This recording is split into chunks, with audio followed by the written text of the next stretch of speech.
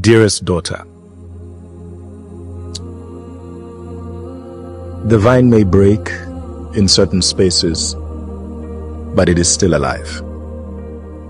And so tonight, as the divine masculine, we honor the spaces in you that have broken, but we want to recognize that you are still alive.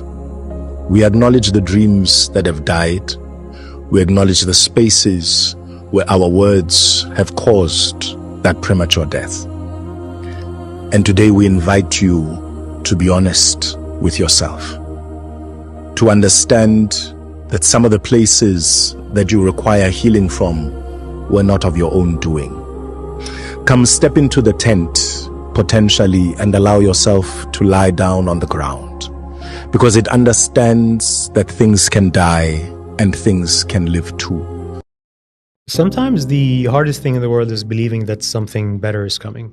People make faith sound easy, like it's just a positive, just positive thinking, or a quote on your phone wallpaper saying trust the process. But real faith, the kind you need when life breaks you a little, the kind you need when nothing makes sense anymore, that kind isn't pretty.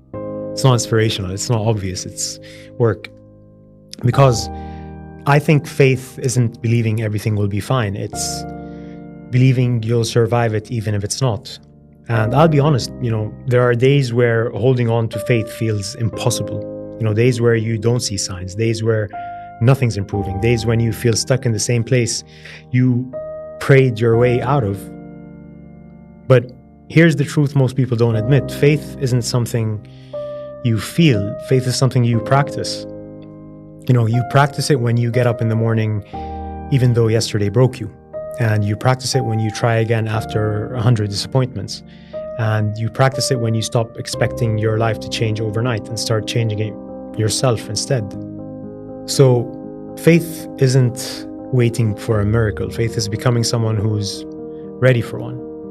And when you're tired, like truly tired, faith looks a little different.